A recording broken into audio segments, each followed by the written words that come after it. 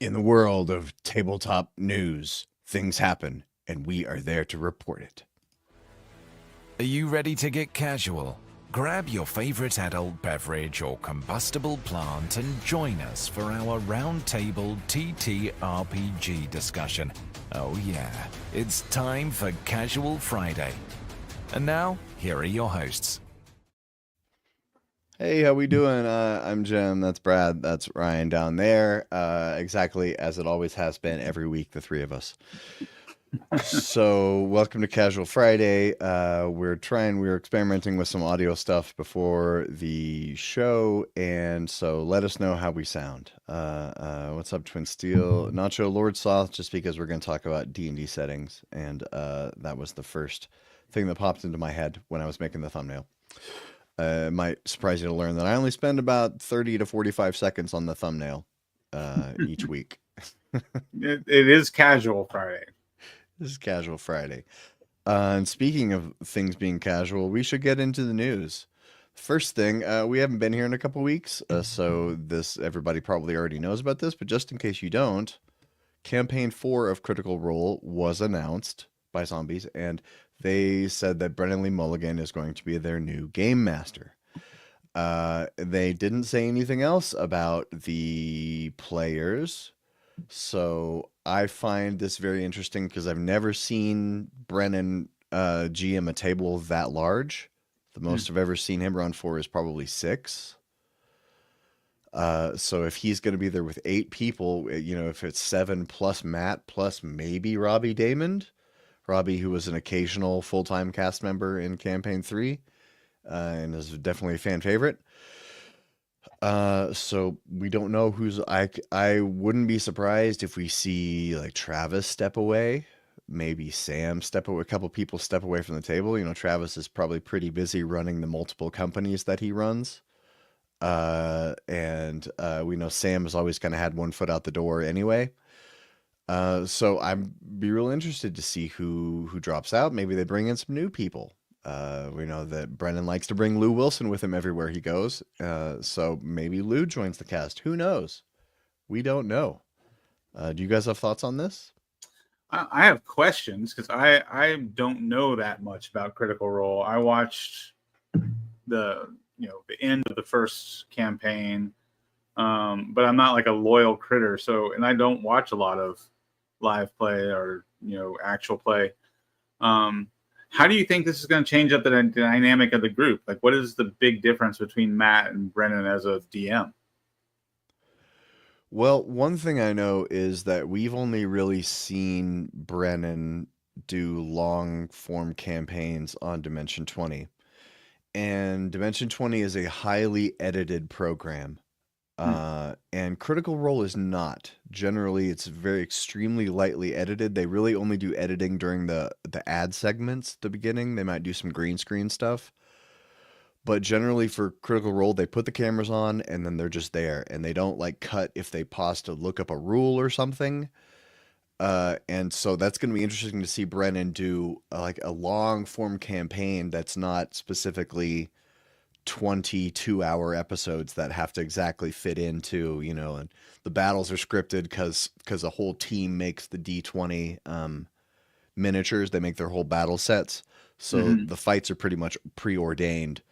But so it's really interesting to see Brennan do a long-term, at least a year, I'm thinking, campaign. That's going to be very, very interesting to see how his style changes when there's no cuts. Yeah, that'll be interesting. When I do watch actual plays, it's usually one shots or short form stuff. So I've seen Matt as a player, like I think in like at a convention, he played with Deborah Ann Wall as a DM. So I've seen Matt as a player, but will this be the first time we see Matt play in a long form campaign?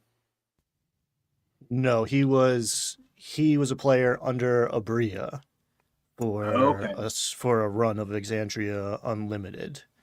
Okay. And made the dumbest character, which I think is the right move for the person who created the world to be like, oh, I have no insight to what's going on here. it's good. It's going to be interesting. I will say I don't know if I would have watched campaign 4 episode 1, the week it released, if they didn't tell me Brendan Lee Mulligan was going to be running it, but they got me. I will follow this guy around. I am on record saying that Calamity is my favorite Critical Role, period.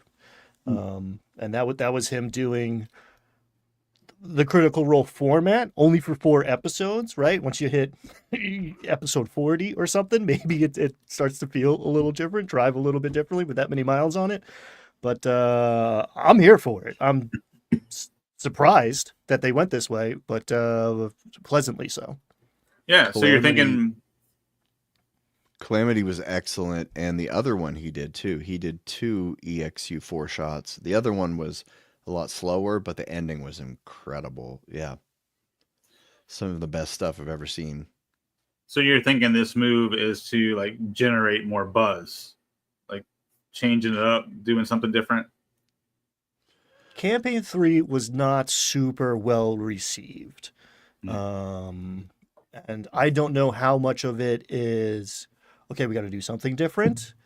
They're almost definitely doing a different setting. They have not said so. There's a lot of speculation.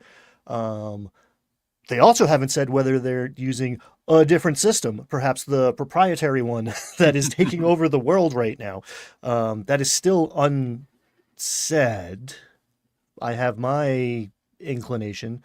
So like, I didn't expect another like fundamentally, at least Critical Role, earth-shaking, Exandria-shaking announcement coming out of the CR camp, but like changing Dungeon Masters for the official long-form campaign, it's a big deal. And maybe it's because Matt needs to not do that anymore. Yeah. Because like I don't know if they needed big moves to get hype, but like, dang, if they haven't done every big move possible, some that I didn't even think were possible, hire up the guys who made 5e and like have them as like kind of a sideshow. And it seems like they get Todd for free because Todd just wants to hang out with them.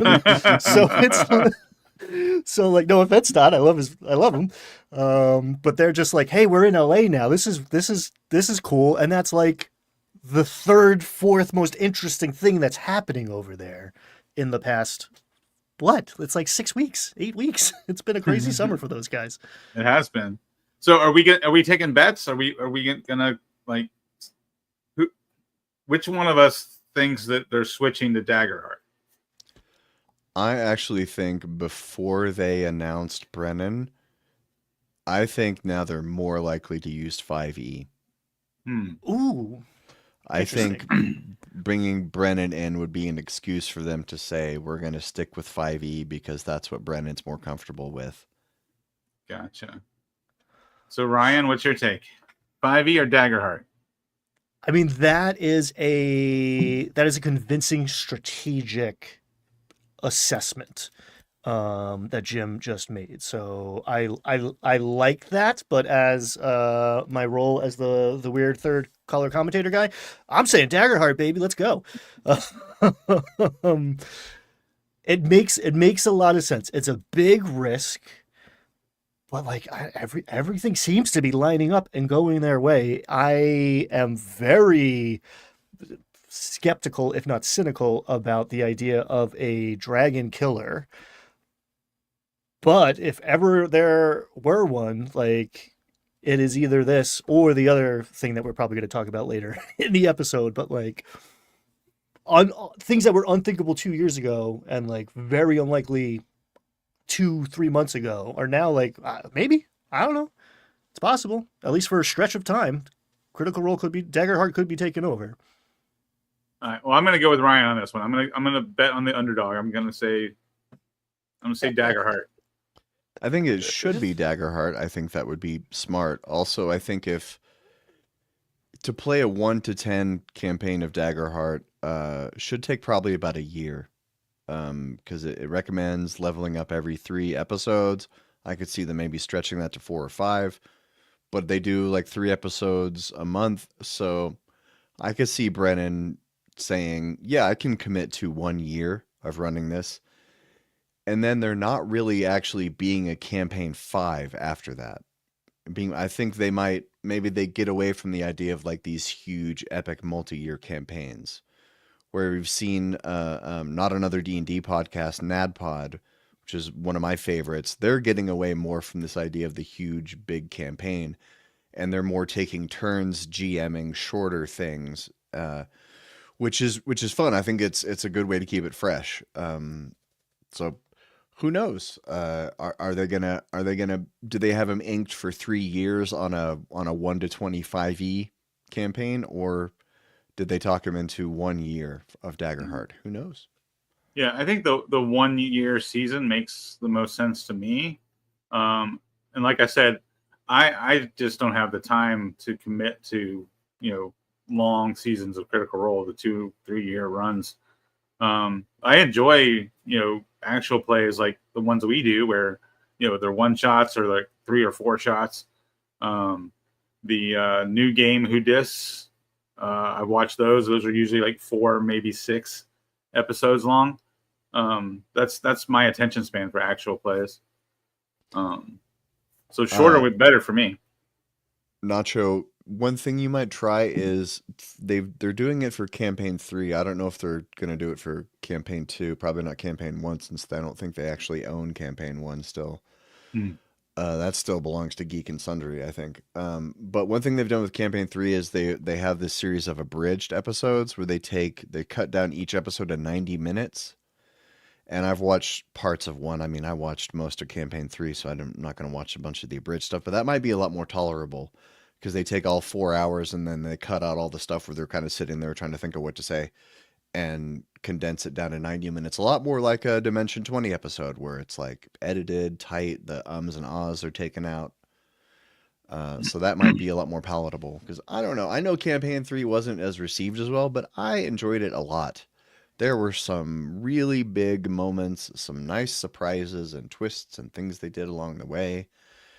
Matt experimented with stuff like, I won't really spoil it, but they got to a point in the campaign where they were about to discover something that happened in history.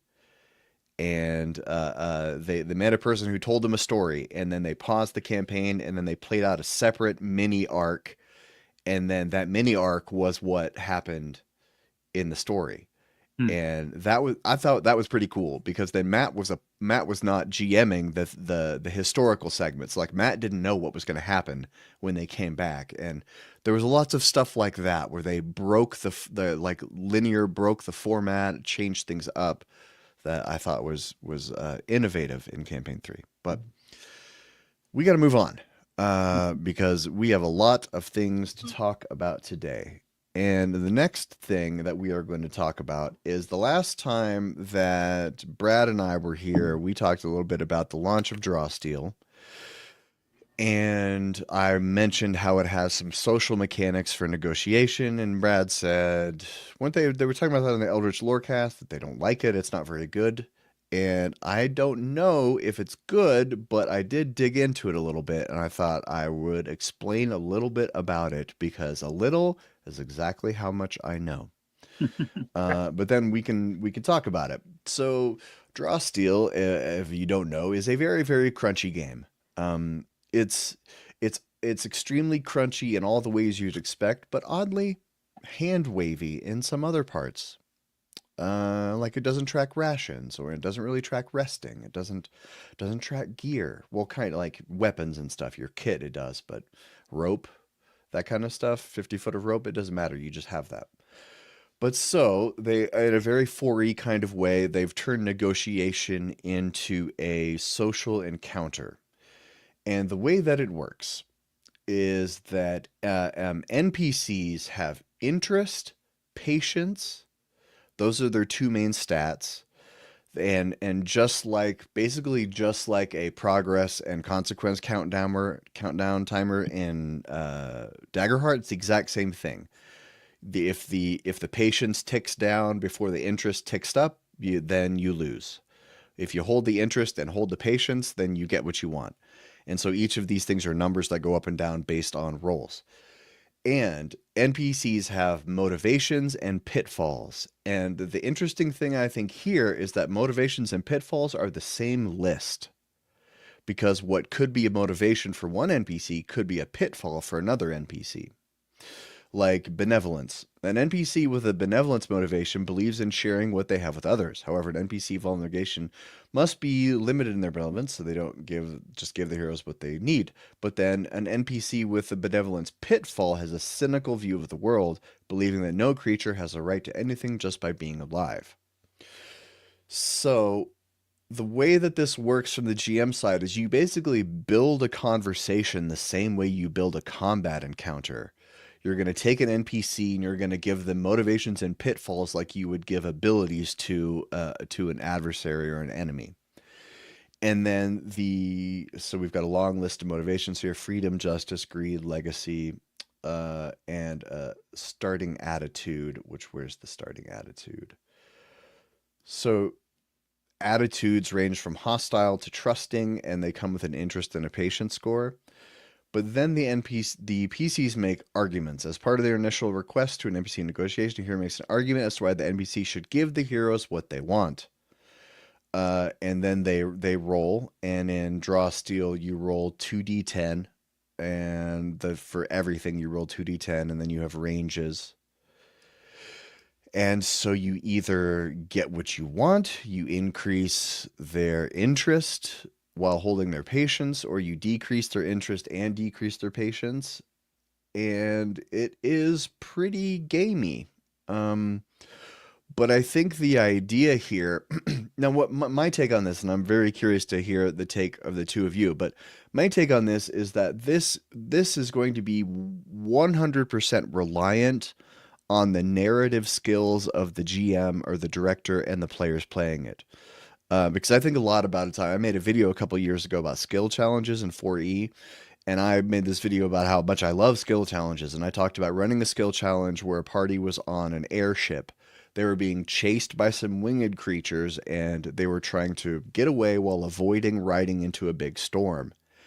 And so I was like, okay, what do you do? And they all described like, oh, I'm gonna go to the front of the bow and try to find a route. I'm gonna use strength to strap down loose things so we don't get hit if things fly around. And they all did these different things, and it was very exciting.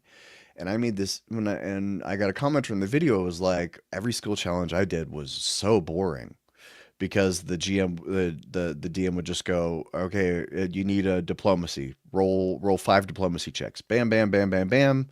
3 successes. All right, you convince him. And I was like, oh, well, if you run it that way, yeah, that would be boring. I wouldn't want to do that either. So I think the same thing is true with negotiation. Like, if you just have a DM who's just looking at the numbers, or a director, sorry, who's just looking at the numbers, and the players who just keep their eyes down on the dice, if there's no role play in between each of the arguments, it would be boring. But if you have somebody who can bring it to life with narrative movement in between the roles, it could be fun. I don't know. What do you guys think? Yeah, I agree with your point there. I also love Phil's comment. All conversations are now death saves.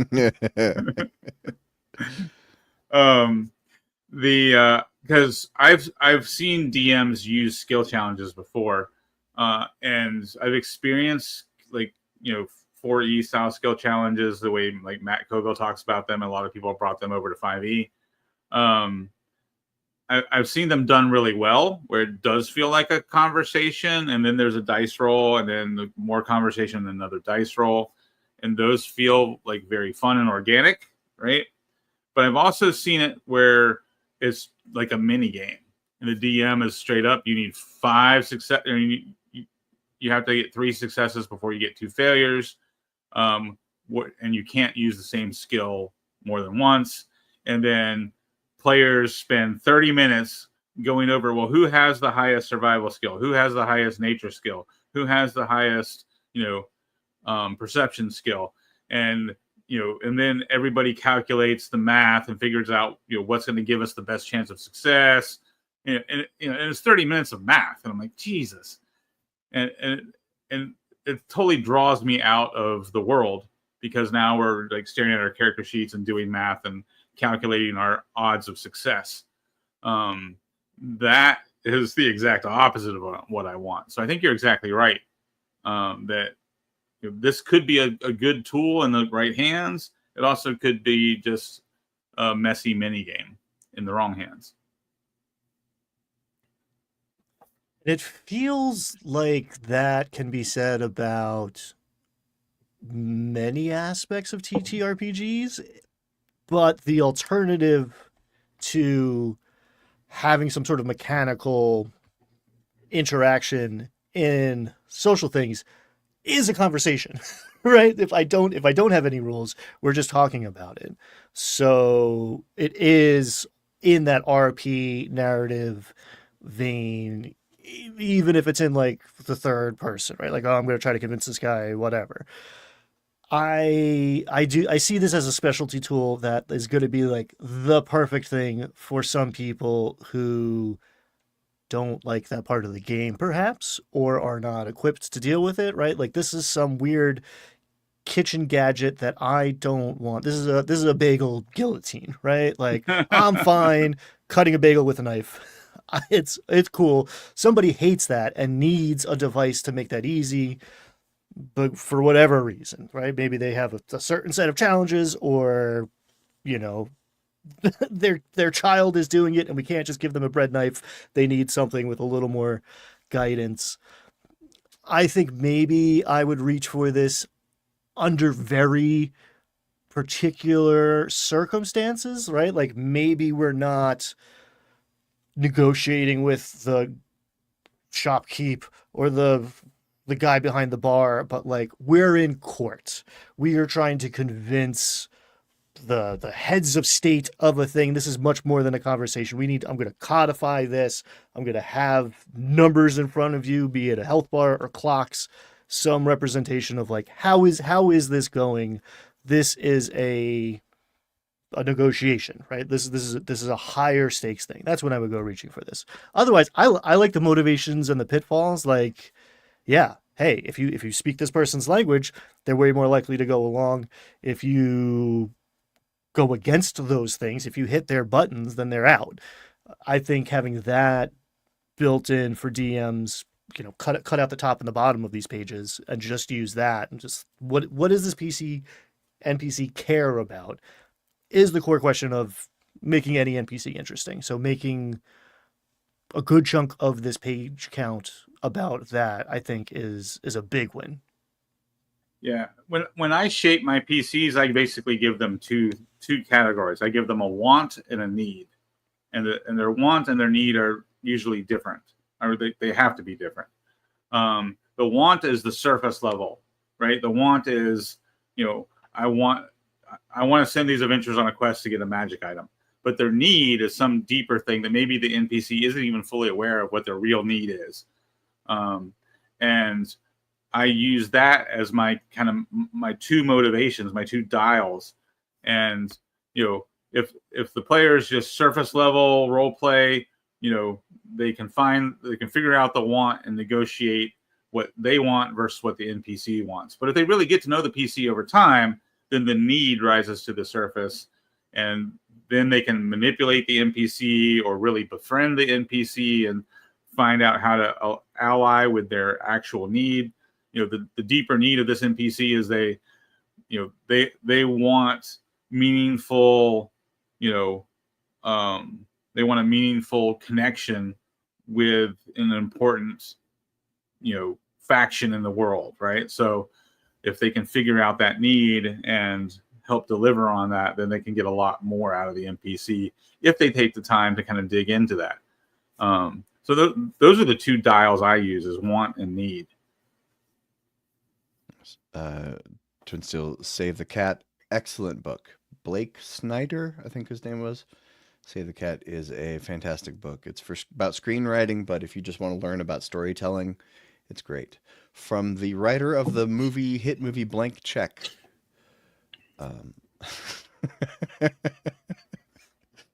So, moving on. It's just kind of a joke in Hollywood. That's one of the most favorite It's one of the most popular screenwriting books of all time, and the guy only had one movie made. Um, but he sold lots of screenplays because you can make a living as a screenwriter in Hollywood and never get a movie made. The guy only needed Uh, one movie. It's like I would listen to him. He did it once and done. Nailed it. So, coming up next, The Traveler's Guide to Factions. This group reached out to us to tell us about this. Miller, Myers, and Newton. I believe this is on backer kit right now, and this art might look familiar to both me and Ryan, as we have used the same artist in products that are on the DMs Guild. So this is it's on backer kit right now from Tabletop Journeys, and it is just a big book of factions, exactly what the thing says. So each one of these factions, it's mostly fantasy D&D flavored, but there are some there's some good art in here. I really like that guy's art. Obviously, I put it in my book. But each one of these factions, some of them come with stat blocks, but it's largely system agnostic.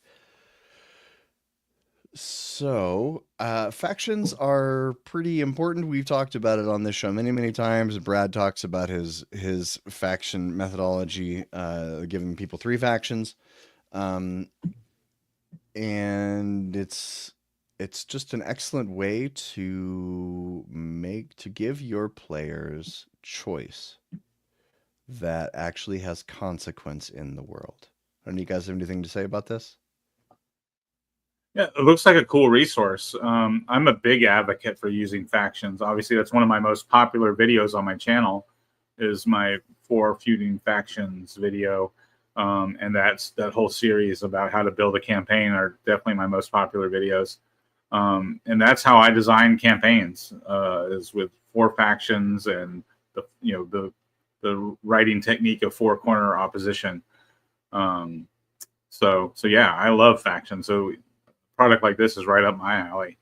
I'm gonna have to pick this guy up. I'm a huge fan of factions because a single NPC can do a lot less and can die. Whereas a faction is forever. A faction is also going to have representation potentially. I can have the faction appear in different places as we move through the world. I can have the same faction in different campaigns, and the player having some sort of meta knowledge about the wants and needs or motivations and pitfalls or the history of these groups serves an in-game purpose as well. It can actually be like, oh yeah, you would know about this person not because you know this guy, but because you know the group he is, and then you can do interesting things with like contrast with the person itself versus the group that they are a member of, working for, and you can also gain benefits and membership. And I remember my first time running D&D, I put a lot of effort into knowing the deal with the 5 factions of the Forgotten Realms, and they're like the stupid titles that they have for like new members and like the potential benefits, and like, all right, like plotting out each PC's character creation choices to like who they would most like. All right, the Druid's gonna vibe with the Ember, the Emerald Enclave, whatever, and no one gave a shit. And I was like, man, if I was playing this game, like this would be the thing. This would be the handle I grabbed to like have influence in the world. And as things progressed and I sat down with more experienced players, like that has been my experience. And these guys are cool. We appreciate you reaching out. They're doing cool stuff. They are technically the competition, but it's one big happy family here. Yeah, so definitely go check out their media empire over there. So, moving on. Next, we've got another look at the Heroes of the Borderlands starter set, smoothing over the complicated parts of D&D. If they can achieve that, then I will tip my cap to them. Hello, Wesley DeFalco. Just say Brad's faction plays for later. Just an old school hip hop head. We're all old school hip hop heads around here. Yeah, 80s, 90s rap. That's where it's at. Not so much 80s, but 90s rap. That's where it's at for me. Busta Rhymes, Wu Tang. Yeah, that's my jam. Never dies. Mentioning Wu Tang, I am currently reading a book. The oh crap! I just drew a blank on it. It's a book about Raza and the Zen of Wu Tang. It's an interesting read. It's a philosophy book that tells his story as an up and coming artist and the development of the Wu Tang Clan and his his life view through martial arts and Zen philosophy. It's an interesting read. Mr. Bobby Digital himself. All right, so here is the cover of the starter set. And I don't know if we've seen this exact image before. Let me see if I can get this. Oh, that's too big. No, where'd you go? Huge. So we can see some of the tokens here. So, the one thing, damn it. Let's go back. One thing I liked that I don't think we've seen these before is these, instead of when you pick your class, you get a big board, a game board that has all of the abilities listed out. And this image is, I can't really zoom in anymore. It's not going to, can't enhance that, unfortunately, like a CSI show. But I just really like this idea of the game board and the tokens and all that. And we've talked about all of this before, about how much we like this, but just still excited for this to come out. Monster cards. Wouldn't you love to be able to hold? It's an owlbear. Here, this is what it looks like. That's smart. This makes it look very board gamey. Which I think is a good thing. Because I feel like this starter set could be a really good way to get new players in because, I mean, everybody's played a board game, right? So if this makes things a little more on the board game side, it seems like more of a gateway product to get people in.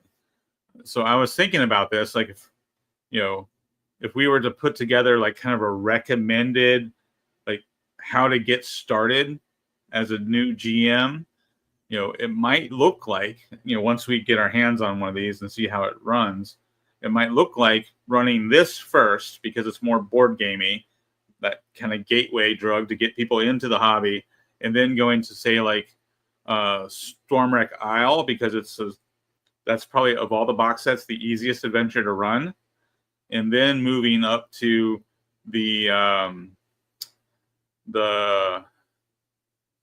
Essentials kit, right? Because that really teaches you how to DM well, I think. So I'm kind of formulating this, like how to get started as a DM, like stepping through those 3 starter sets as a way to really teach yourself how to get into the hobby and draw your friends in. And if this really sells well, I could see them maybe selling companion packs for their more popular adventures, like a token pack for Curse of Strahd, map and token and ability card pack. Why not? Everybody who's going to buy Curse of Strahd has probably already bought it, but they may sell some more $30 card packs to people who want to introduce it to new people who are now used to this Heroes of the Borderlands style of playing with cards in front of you. Who knows? I predict we're going to see a lot of takes on the starter set that do not take into account what it is, which is a set for people who are just starting. And the fact that this is a board game adjacent product is, as Brad was saying, a huge benefit. We are trying to get new people into this hobby, which seems very scary and esoteric and makes you feel vulnerable, or maybe you're going to get abducted by Satanists, who knows. So like, here is something comfortable and familiar from your friends at Hasbro. Come join us on the dark side. Like, this is a stepping stone, an on-ramp, and as accessible as it can be. If it's got a bunch of bells and whistles you don't need because you write your character sheet on a piece of paper and that's all you want, I'm with you. this ain't for us. This is for people who are coming into the hobby for the first time, or if you're like me, something to snag normies to get them into the hobby by here's a character sheet and a textbook. Do a bunch of math. Not a great way to get someone interested in spending their free time with you, playing a game that's supposedly fun. Handing them a card with dope art on it and like, here, you're this wizard dude. You can do fireball. That's cool. That'll get them hooked, and then they'll be invested and want to do the math about. All right, why is an 18 a 3? No, it's a 4. No, you're only level 2. You don't have level 2 spell slots. Like all of that comes later. You need to get them having fun first. I 100% agree. There is an element in the hobby though that is there's this kind of self-importance about DMing where like the game needs to be a little hard to access so that I feel important as the dungeon master and you have to rely on me. And there's this attitude, it's very adjacent to gatekeeping where like this game is hard and you have to acknowledge how cool I am as a dungeon master to bring you along and teach you how to play this game. There's a vibe that like kind of has wound its way through this hobby for decades, that this like sacred dungeon master, art that I'm going to bring you along into the hobby. It's me. I'm doing this. I'm cool, as opposed to let's make the game accessible and try to get as many people on board as we can. Well, speaking of that, I've been reading The Elusive Shift, and I was just reading a part. I'm not gonna. It's gonna take me a while to read this book. It's dense. It's a textbook.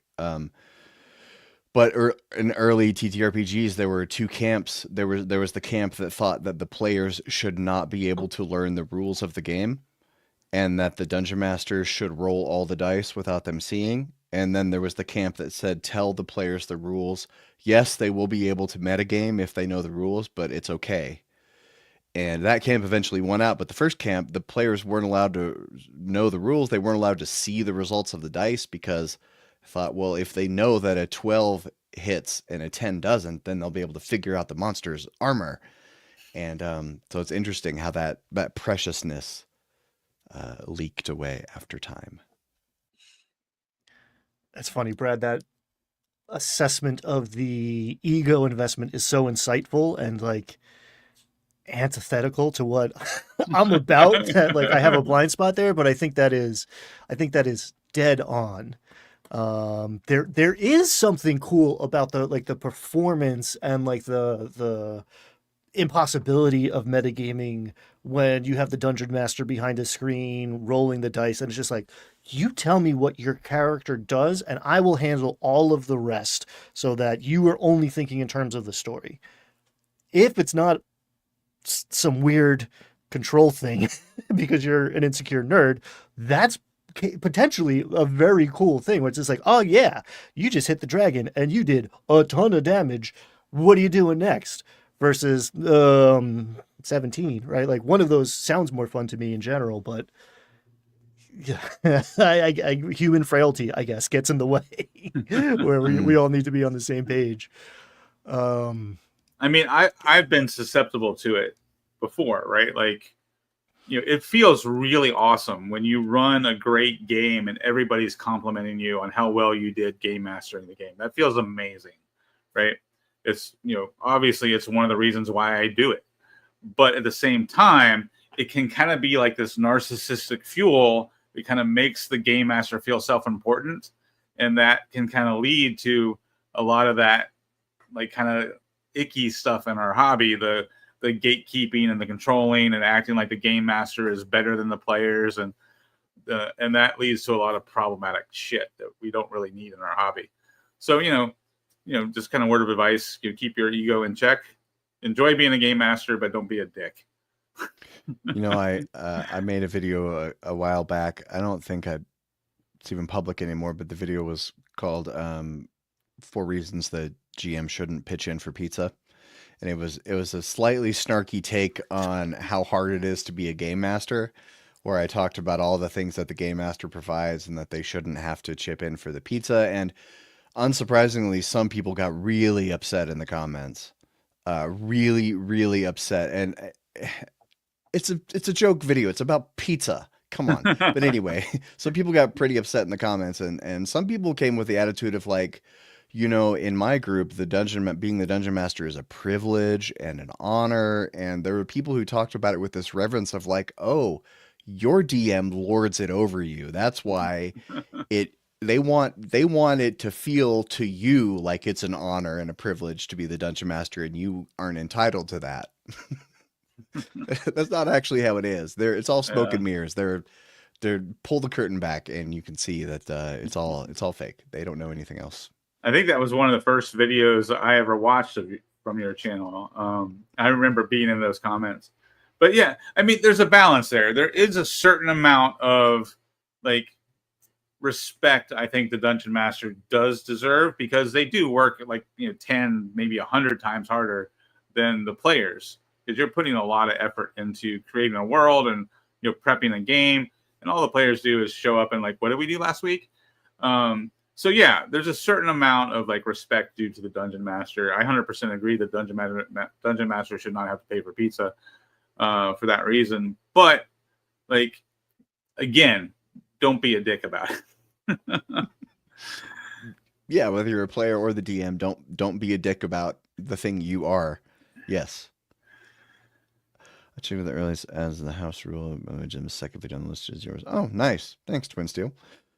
So moving on, we still have a lot of stuff to get to. Moving on, next is something that is a personal mission of mine. And I want to introduce you to Steve Wrigley. Steve, Steve. is a comedian from New Zealand. He currently lives in America, though. He moved to the U.S.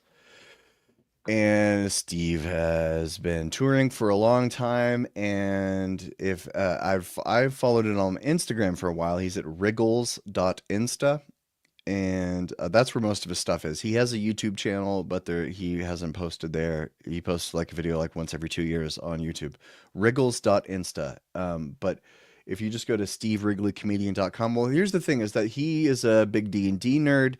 And a couple years ago, he started slipping D&D jokes into his sets and got a great response. And then so the last 6 months or a year, he's been touring just on D&D material. And the D&D stand-up. So there's a link for D&D stand-up specifically. He's touring with Rhys Darby from Flight of the Conchords. Which, if you know who Rhys Darby is, that's a treat. So he has a YouTube video that has a bunch of all of his stuff clipped together, and you can go there and fill it out and put in the name of your city. There are some tour dates for this year. New York, PA. He's coming to Pittsburgh. Oh, no, Tomorrow. I won't be there, but that's where I hang out. OPSEC destroyed. Game Masters? At Game Masters. Shout out to Phil and all who go there. I also used to live in Queens. Yeah, he's going to be in Queens at the end of August, and he's going to be in Chicago in October. But if you see that forum, he's looking for people to tell him where to go. He's looking to add cities. I think it's probably just a dude in a Honda driving. He's very DIY. But honestly, I think what he's doing is important. I think it's important for the hobby. It's important for comedy. It's just because I think there's a. I don't generally advise trying to sell bread at the hardware store. You don't go to the hardware store and stand outside and try to say, "Would you like some bread? Would you like some bread?" You'd have a lot better time selling bread at a market, right? But I think that the D&D hobby is ripe for comedy, and I think the idea that our industry, our hobby, could be big enough to support niche hobby careers is very exciting. You know, it already supports like dice makers and adventure writers and you know all that stuff who are directly related to the hobby. But a comedian doing material related to the hobby, if he could tour on that, that makes me happy in my heart. I think that gets us closer to Draw Steel and Daggerheart box sets being in Target, you know, which is the ultimate goal. And stuff like this I think is important. So you watching, listening, Steve Wrigley, go make him famous. Go like everything he does on social media. Kiwis are funny people. Yes. If you don't know Flight of the Conchords, you should. Business Time is one of the best songs ever written. I don't know. Do you 100%. guys have, Hundred We're on that's why percent. they socks right call now. them, that's why they call them business socks. It's not just a funny song. That song is a jam. It Seriously. is. I don't know. What do you guys think about this? I love his stuff. Yeah, I follow him. I think on Instagram and TikTok. Cracks me up every time I listen. So I agree. Like, let's make this guy big. I'm gonna hop on his website and say, come to North Carolina, please. Yeah, I reached out to him on Instagram and had a little back and forth chat with him, and I told him I wanted to make him famous, and he gave me the thumbs up. So, We did it. yeah, He's famous. he said someone had told me I need to get on as many podcasts as possible. So, if you have a podcast and you would like to have Steve on, I might try to interview him for my channel. Maybe, I don't know. We'll see. That'd be awesome. We'll think about how we can get that in front of the most people. We could always interview him on this show and then splice it up and put clips on all of our separate channels. We could do that. That would be a way to really disseminate a lot of content. Oh, Content. content. I'm not sure. I should have asked him if he knew you. I'd be like, "Oh, you're New Zealander. Do you know Nacho?" It's a small island. I mean, it's a big island, but there's not a ton of people there, right? I mean, it's a small community. You all But know yeah, each small- other, right? Yeah. There's two islands. I just want to say I, as much as anybody, recoiled when Hasbro was like, we want D&D to be a lifestyle brand, because they were talking about Dungeons and Dragons like lunch boxes or whatever. But D&D isn't just, it's not a monolithic thing. And sick, amazing. Give me his number.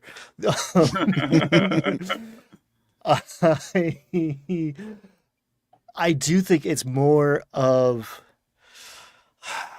like an art form is too fine a point, I think. It's too highfalutin for what D&D is. But there are D&D comedians and artisans and movies and shows and albums. It is more than just a game. The game is the beating heart of it.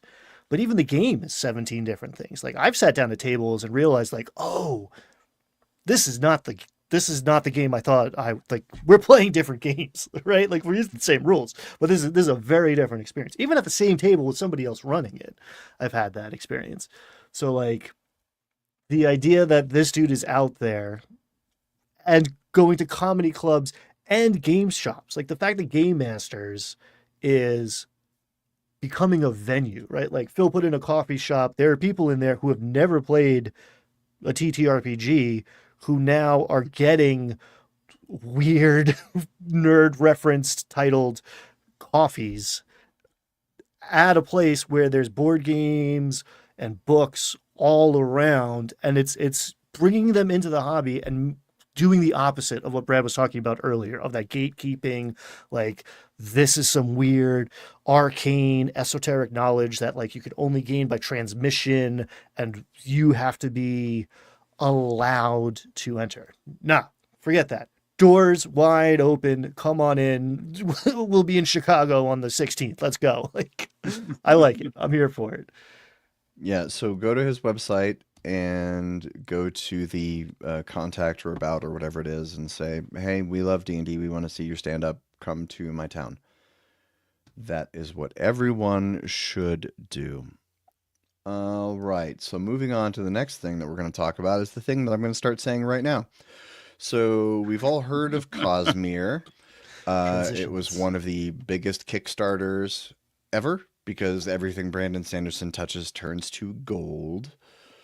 Um, a $15 million Kickstarter. Holy crap. Well, they've announced a release date, October 29th. And I don't know if you guys know a whole lot about the Cosmere RPG. I dug into it a little bit, and there's one thing it does that's interesting is it does fast round, slow round combat. But if you do fast round, you get 2 actions, and if you do slow round, you get 3 actions. Hmm. Which I was like, why don't all the games do that? Because Hmm. what's the incentive for going in the slow round? I don't know. So I do kind of like that. Bonus Action had a video where he talked all about the Cosmere rules. Um, I think I don't know. My opinion, this is the avatar of TTRPGs in that it's a huge deal, makes a ton of money, and 2 years no one will remember anything. It'll be like, oh yeah, you don't like Avatar. When you Avatar came out, you saw it, you loved it. You went crazy for it, and then 2 weeks later, you couldn't remember anything about it. Um, Can we just clarify? You're talking about the blue people avatar? Because when you say avatar, I'm thinking of Aang immediately, but you no, mean the blue I mean the guys? blue people. Cool. Okay. The third one comes out this Christmas, and it does look amazing. I'm excited to see it, and forget everything about it 2 weeks after I saw it. Um, I mean, you're describing the experience I had with it, 100%. Yeah. Zero cultural impact. It's so fascinating. It's like there's like zero memes or quotes or like I, t-shirts. I don't know. Like yeah, for something that made $1 billion and was like what? Yeah, all flash. New I Avatar don't know if amazing. this is that. I don't know if this is that because like I'm sitting here like I don't know if I can really talk about much of like Sanderson's work because I've only read 4 500-page books, right? Like there is a depth here that is, you know, not necessarily commensurate with the lore of. I don't even remember what the Avatar planet was called. I'm out. Never mind. Hmm. I was just a little quibble about Brandon Sanderson. I love his books. I've read at least 5 of the 500-page books. I haven't read his 1,000-page stuff, but one thing that always bothered me was his writing style is that he reused the same words over and over again in a short amount of time, what I call word distance. It always bothered me. And then I found out that the way Brandon Sanderson writes his books is he spends 6 months plotting the book. He plots out everything exactly like a full spider web. And then he writes one draft and never touches it again. Huh. So he doesn't edit. He writes a draft and sends it off to his editor. He does not do a second draft. I was like, oh, that explains a lot because I reuse a lot of the same words in my first draft, but I go back and fix that in the second draft. But he doesn't want to do that. He doesn't have to do that. He's going to make millions of dollars. So why put out the effort for something he doesn't need to do? Anyway, that was a little grammar aside from Ryder Gem there. Dunk on him. Get him. Get him. No, I love Brando Sando. He has done amazing things to bring speculative fiction into the mainstream, which is amazing. Nacho has an interesting question. Do you think all these new systems releasing so close together will cannibalize each other? And Twin Steel had a comment earlier when one of you mentioned the dragons, if Daggerheart being like the dragon slayer, and Twin Steel suggested that Daggerheart might be the Pathfinder slayer, right? Daggerheart's probably not going to replace D&D as the number one brand, but it could very well replace Pathfinder as the number two brand. So what do you guys think? Like, I mean, we've got Draw Steel, we've got Daggerheart, we got Shadow Dark, we got Cosmere, we got all these new systems that have come out within, basically about a 2-year span. How is all this impacting kind of the tier list of the hobby? I think we're in this like A/B test of two competing worldviews or hypotheses, or like in one world, yeah, it's a race for the silver medal. D&D is always going to be D&D, and in a way that is true. And it is just a question of who's going to be number 2. Does Pathfinder defend the title against the new up and comers? But I am aware of a bias that makes me want to believe in another hypothesis. So I am suspicious of my ability to rationally say how probabilistic it is. But I think there's another world where there's plenty to go around, and the more better games there are, the more people there are likely to enter into that ecosystem, and abundance will feed on abundance. And there are people who are going to come into this hobby through Dragonheart. End of sentence, right? And that there's I don't know of anybody other than like a very specific set of circumstances who came in playing Pathfinder and not D&D, right? But there are people who are coming in through Critical Role. There are people who are going to get Cosmere as their first TTRPG. There's going to be more and more of that. And if it is just like culturally more acceptable, right? If not encouraged to branch out and not just plant like, I'm a Shadow Dark guy and that's who I am and what I do and my identity. Not like, nah, Shadow Dark is cool when I'm trying to tell this kind of story. And then D&D 5.5 is good for this kind of run. And then Daggerheart I like because it does some other stuff. Where 2 hours ago, I would have said Draw Steel is suffering greatly for the fact that Daggerheart is setting the internet on fire right now. But Matt Colville came out with a video like basically 20 minutes before we went on air, so I didn't watch the whole thing. But it's only just starting to roll out, so we don't know that yet. There's a lot of people who see the world that way and believe that there's only one winner here. But I think there's a countervailing argument that the better Draw Steel does, the better Daggerheart is going to do, and vice versa. And that engine is going to be good for Shadow Dark and Nimble and everybody else. But we'll see. Just want to say, Twin Steel, I agree with you. Brandon Sanderson's magic systems are one of the main draws of his books. The Mistborn magic system was really cool. That trilogy. Trilogy is more impressive, especially once you realize that he didn't intend it to be a trilogy. He didn't plot book 2 or 3 at all until book 1 was completely done. And if you know how book 3 ends, that's very surprising, the way it ends. How many people ate metal to see if they were magic because of him? You can't prove that I did that. Can't prove that. So moving on, we still haven't gotten to the catch up, but we still have a couple more things. One more thing to talk about here is that this has been out for a while, but would you like to be the next Dungeon and Dragoner? There is a design job in Renton, Washington. The design job. Lead the game design execution of major multi-SKU product suites, collaborating with cross-functional partners to align scope, tone, and player value. Increasing player value and aligning scope. I love that stuff. Love cross-functioning. Syzygy. Syzygy.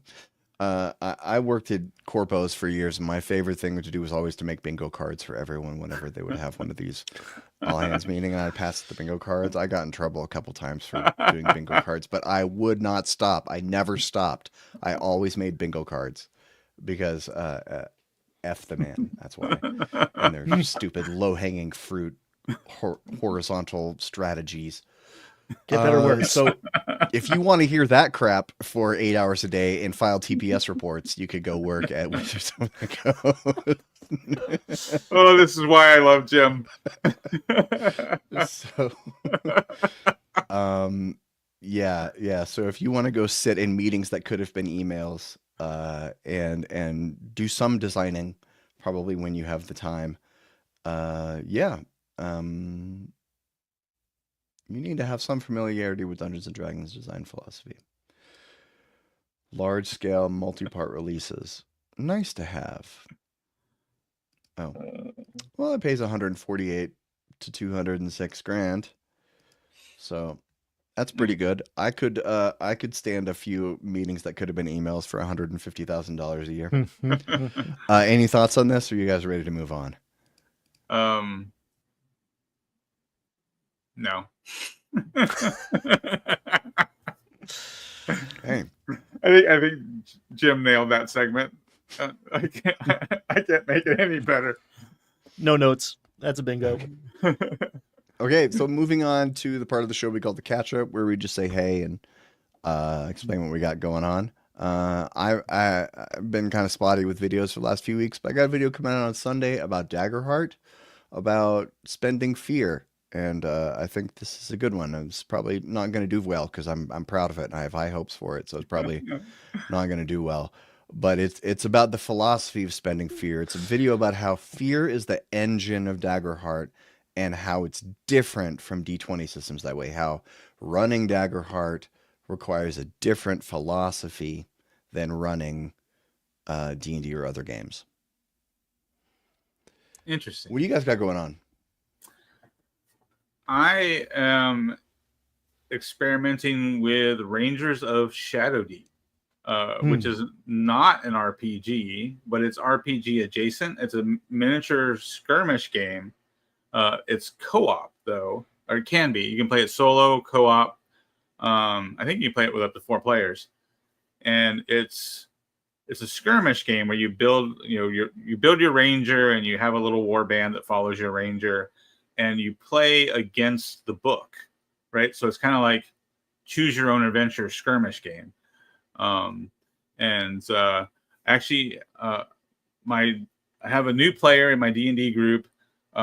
She kind of got overwhelmed by how big the group was, but she really wants to play, and this seemed like a really cool alternative, so that she can get that D&D style feel, but it's a game we can play just the 2 of us. So I'm excited about diving into Rangers of Shadowdeep. It's a game I've wanted to play for a really long time, and now I found somebody to play it with, so stoked for that. It's a very good game. I mean, I have limited experience with it. We played I forget even what it's called, but we played through like the first half of the main arc, and the entire time it's a combat simulator, right? So it's like everybody's favorite part of 5e, probably done well. And the entire like 3-4 hour session was combat, and I was on the edge of my seat the entire time. Like I felt like I had really important decisions to make, and I was probably about to die. And like nobody dropped, but the entire time it created that dramatic tension, and we injected plenty of RP into it. We made it much more like a TTRPG just by our own preferences and instincts. But a very well designed game. If you're looking for, you got that wargamer friend who's afraid of the theater kid side of things. Like it's a good transitional thing, or just a good I didn't come up with a whole world to run. You're this dude in a forest. Don't die. Let's go. 4 hours of fun. I've also been on a bit of a summer slump hiatus, but probably not next week, probably the week after. You're going to see me sit down with Jordan, the PH is silent, for D20 questions. Nice. It was, awesome, dude. Awesome convo. He was very courteous to, like, scheduling was a heavy lift on his side, but he made it work. And just a paragon of this community. I worked with a guy who's like, yeah, I don't play D&D. I just watch Jordan's lore videos. That was his only interaction with the entirety of the hobby, and I think that speaks so highly to what Jordan's doing over there. So yeah, look forward to that. Yeah, I'm excited to watch those. Oh, also, I'm playing in my level 20 campaign is wrapping up pretty soon. We are assaulting the final compound. I'm playing 3 characters. We have a whole army with us. I'm playing a 20th level warlock, a 16th level warlock, and a 16th level monk. Wow. And between the 4 of us players, we have about 10 PCs and a horde of zombies and a mage army, and it's intense. It's very intense. Level 20 D&D is a slog. Uh, I mean, it's still fun because I like what we're doing and I like the people, but oh man, it is a slog. Um, Does You having guys, a 16th level character and a 12th level character make it move faster? except I keep rolling it like them right together next to each other in initiative. So I'll have like 3 turns in a row and then nothing to do for an hour. That's what keeps happening. So, oh, you talk but about hard mode, D&D hard mode. Jeez. but I want to finish the campaign. Oh I want yeah, to yeah. want to defeat the BBEG. He deserves it. Um, He deserves it. He he deserves deserves it. it. He deserves Uh, to die. he does. Yeah, this Dungeon Master's done a really good job of making us all hate the BBEG and want him to die, which is a part of the Dungeon Master's job, I feel like. Hmm.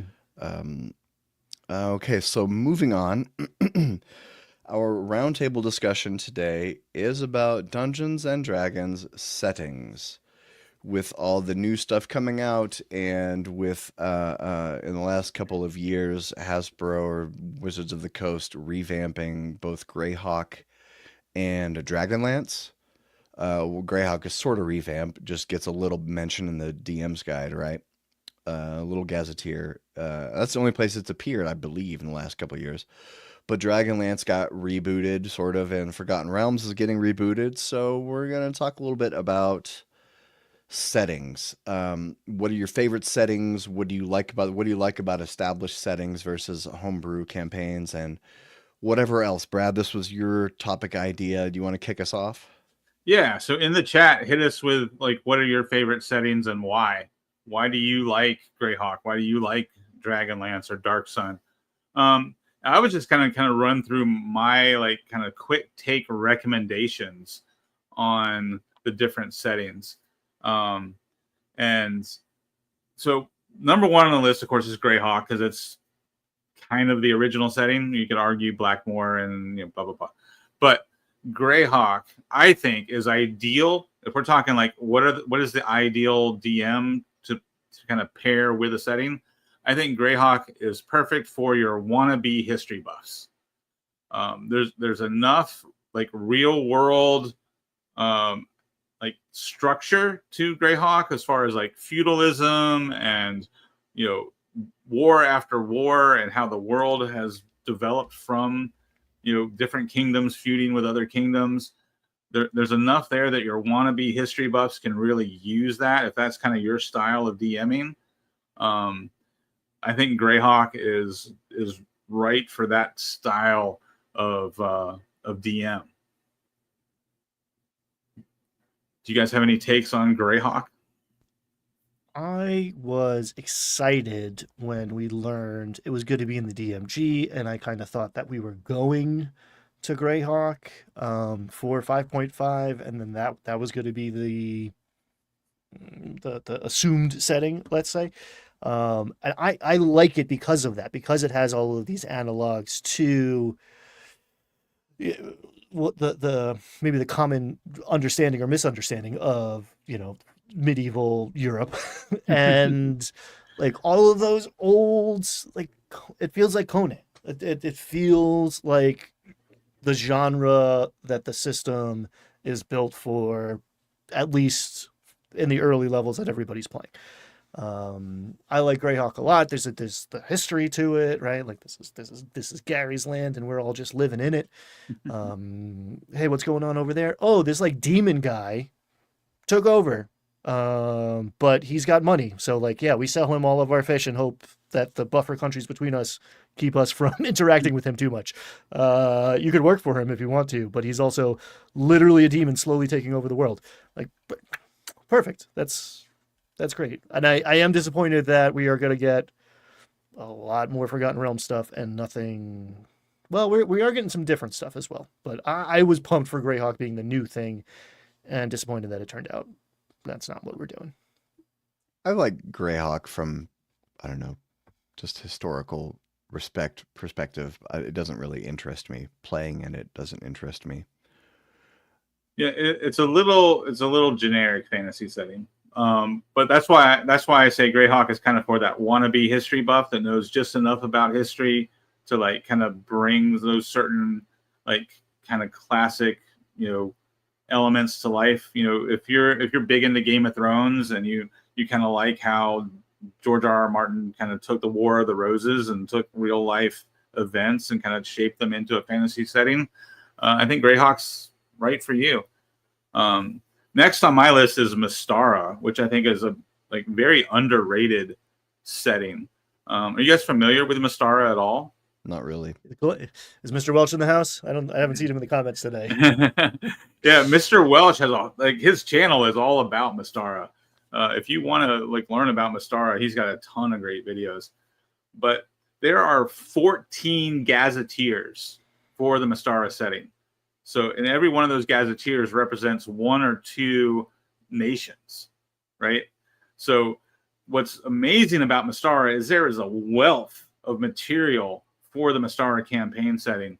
And I recommend Mystara for your actual diehard history buffs, like not the wannabe history buffs who know a little bit, but the real historian people who can really bring to life elements of like history and turn them into a fantasy twist, right? Because Mystara is really, it's kind of kit bashing real world countries, real world nations, and like only half filing off the serial numbers. So it's real easy to tell. Oh, this is the Roman Empire analog here. This is the Persian Empire analog here.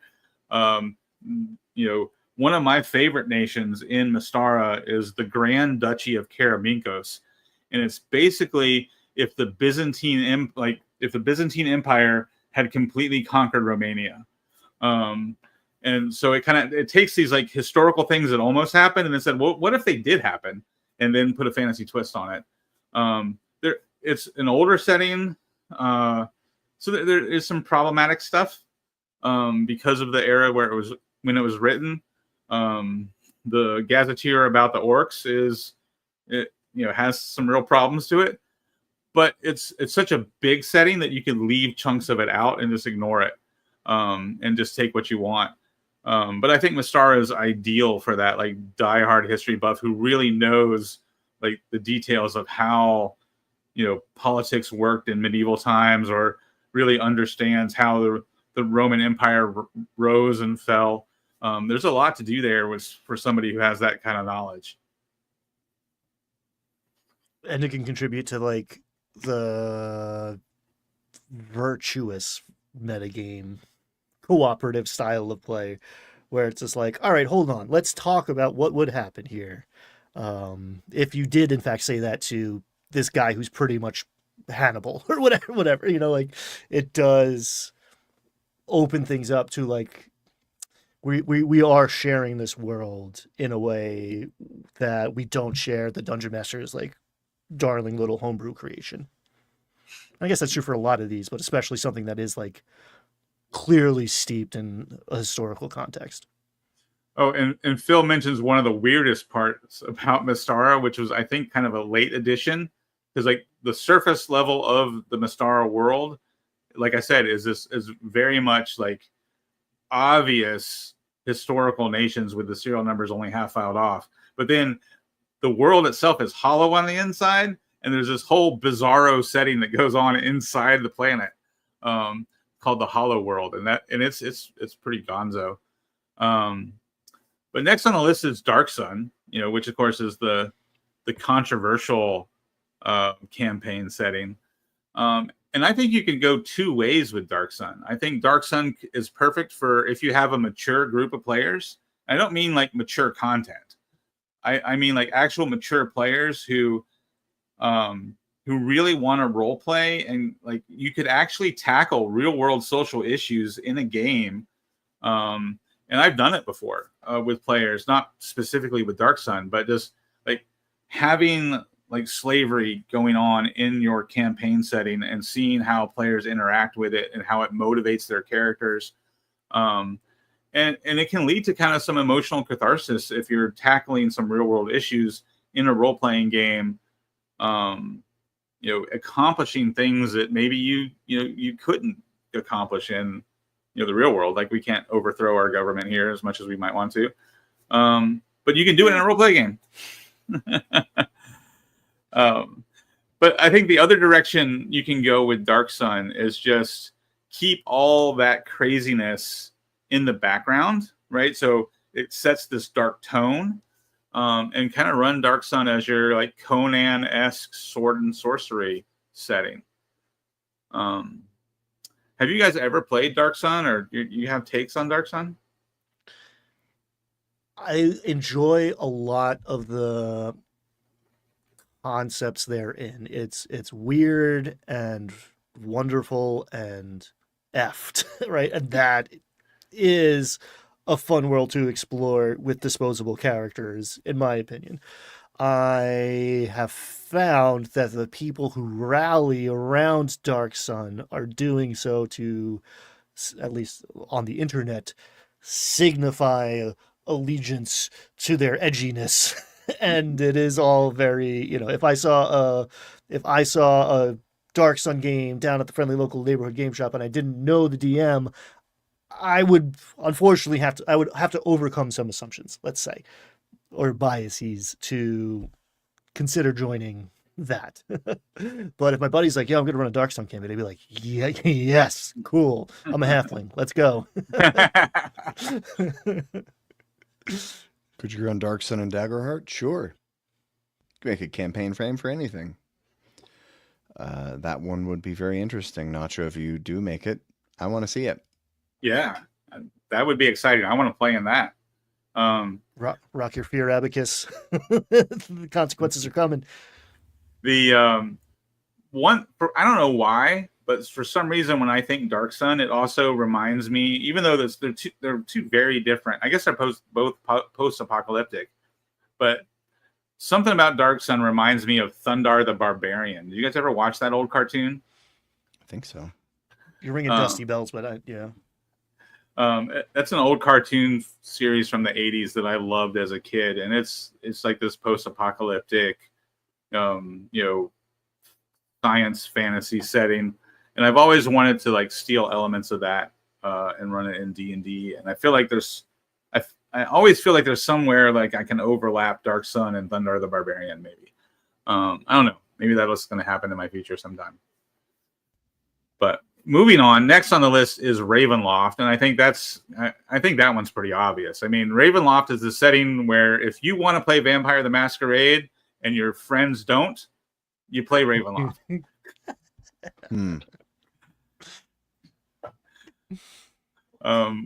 You guys got any takes on Ravenloft? It's great. Spooky. Done a few Halloween one-shots there.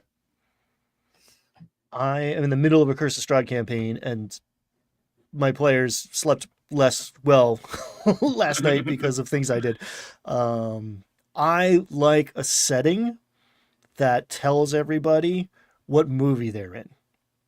And I like the versatility of a more, kitchen sink sort of vibe, but like a laser focus on genre and like, okay, we can bend it a little bit, but like, hey man, things are bad here, or hey man, you're in a horror movie, gets everybody on the same page much easier, much faster.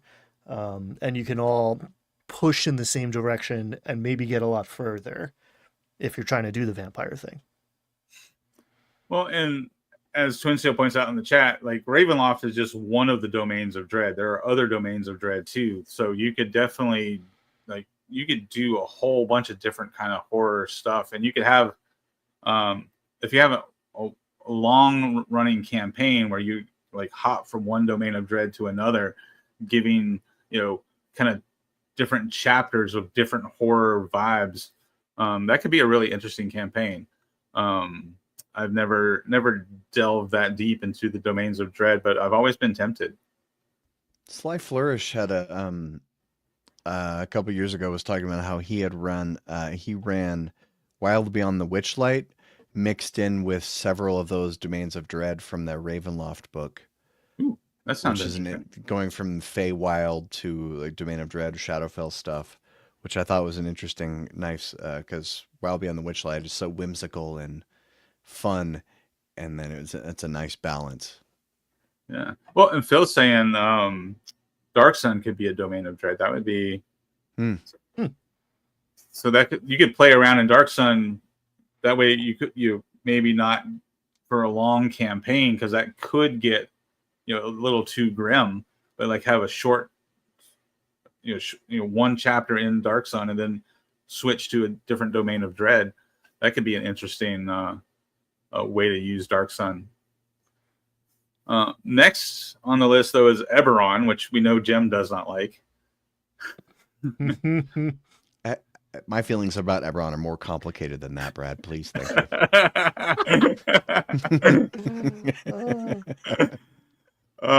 But I feel like Eberron is perfect for your Final Fantasy players, your fans of the Arcane TV show, your video gamers who really know that science fantasy genre from the different video games they've played.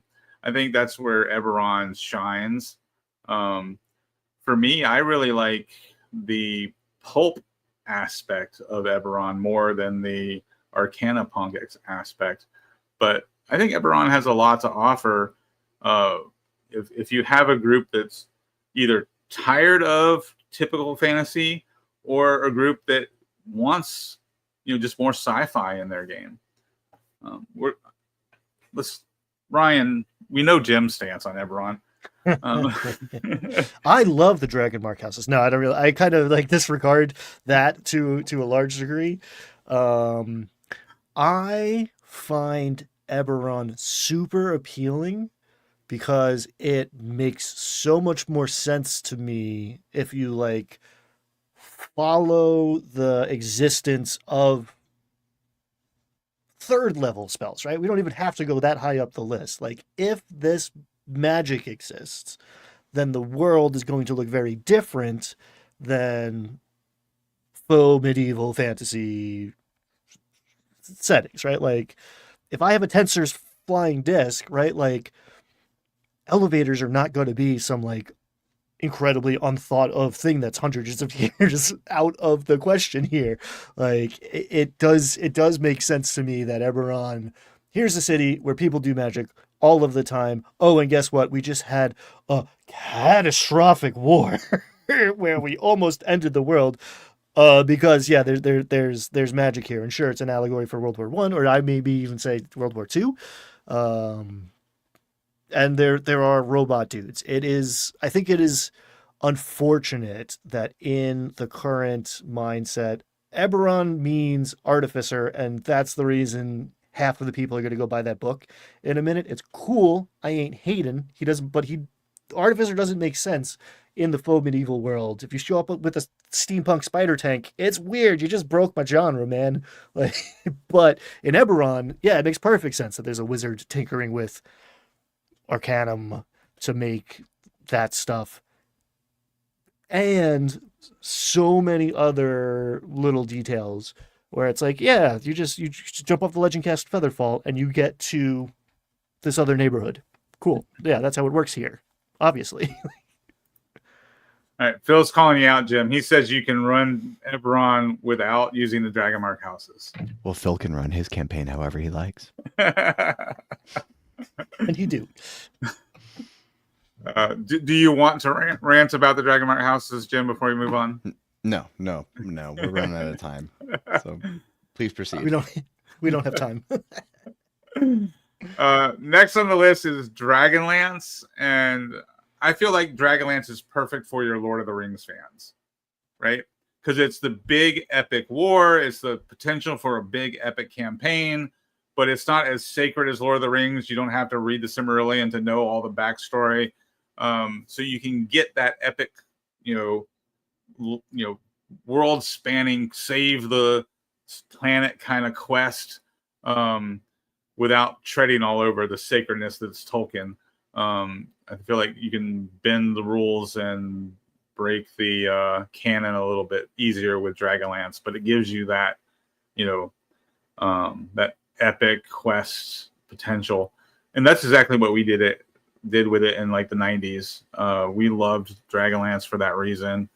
You know, big long quests with those world saving consequences on the line. Have either of you ever played in Dragonlance? Yeah, it's great. I love Dragonlance. I much prefer it to Greyhawk, or maybe even Forgotten Realms. It is like that. I love the books, the big epicness of it. Yeah, when I think of a classic fantasy setting, Dragonlance is kind of what I picture. Greyhawk is too political. Nuance and Shades of Grey are cool theoretically for the dungeon master in prep. When the rubber meets the road, like good and evil, black and white, and going big and forgetting all the nuance, can be a lot more fun. Just cleaner. Yeah, well, and Dragonlance is of course higher fantasy than Lord of the Rings, so I think it just fits the D&D game mechanics well, especially your 5th edition version or 5.5. But yeah, I mean, Dragonlance was our go-to setting for pretty much like the entire 90s. Next on the list is Spelljammer, and I think that's obvious. I mean, Spelljammer is your comedy setting. I mean, you got giant space hamsters and killer clowns, and mind flare ships that are I don't know. It's weird and crazy, and I don't see how you could run Spelljammer and take it seriously. It's built for the cheeseball chicanery games. It's the charcuterie board of TTRPGs, because you can go literally to any genre from there. So like if a Ravenloft is people afraid to play Call of Cthulhu, Spelljammer is people who want to try something or maybe anything, right? Because you can go to any kind of game. Like there's a trillion worlds out there, right? Yeah. And like, so you kind of like we were talking about, like hopping from one domain of dread to the other for that kind of horror feel. I think Spelljammer gives you, I mean, you're planet hopping, right? You could run it kind of Star Trek episodic, different planet every week, or like you can really drill down into one planet for like an entire arc of a campaign, and then a different planet for another long arc, right? There's different things you could do with Spelljammer. But I mean, you got to double down on the weird with Spelljammer. So I think that if that appeals to you, Spelljammer is your setting, I think. I think a lot of people, there's some like frustrated sci-fi folks who brush up against Spelljammer and are like, oh, I wanted to calculate how hard my photon torpedoes hit your laser shield. And it's like, nah, bro, we got hippopotamuses. Let's ride. A hippopotamus with a blunderbuss on a spacefaring pirate ship. Hell yeah. Yeah. But yeah, and I mean, there is no hard sci-fi in Spelljammer. Like you got to just lean into the weirdness of Spelljammer. Like just watch Treasure Planet and roll with it. But and then the last one on the list for me was Planescape, and I think Planescape is the perfect setting for your over prepper. If you're the DM that just wants like to spend a fuck ton of time building your world and learning everything you can and trying to show off to your players how much knowledge you have about this crazy, deep, rich setting, Planescape's for you. If you're that person who's just like, you got like 160 IQ, this is the setting for you. Do you want 4 heavens? Do you want to enumerate the 9 levels of hell? Do you want to write your own version of Dante's Inferno that your players will never read? I almost said may never read. They will never read it. But if that brings you joy, go for it. All right. So thank you for that enlightening list, Bradford. And we are now out of time. So thank you for watching. Please subscribe to the Landlocked Warlocks YouTube channel. where you can find our actual plays and more, including our Daggerheart 4-shot that we recently completed. We need to talk about scheduling a follow-up for that. Now the summer's almost over. We can start gaming again because I know everybody has lots to do during the summer, but that's over. It's time to get back to gaming. And so this is Casual Friday. I'm Jim. That's Brad. That's Ryan. We're the Landlocked Warlocks. Thank you for watching, and we'll catch you next week.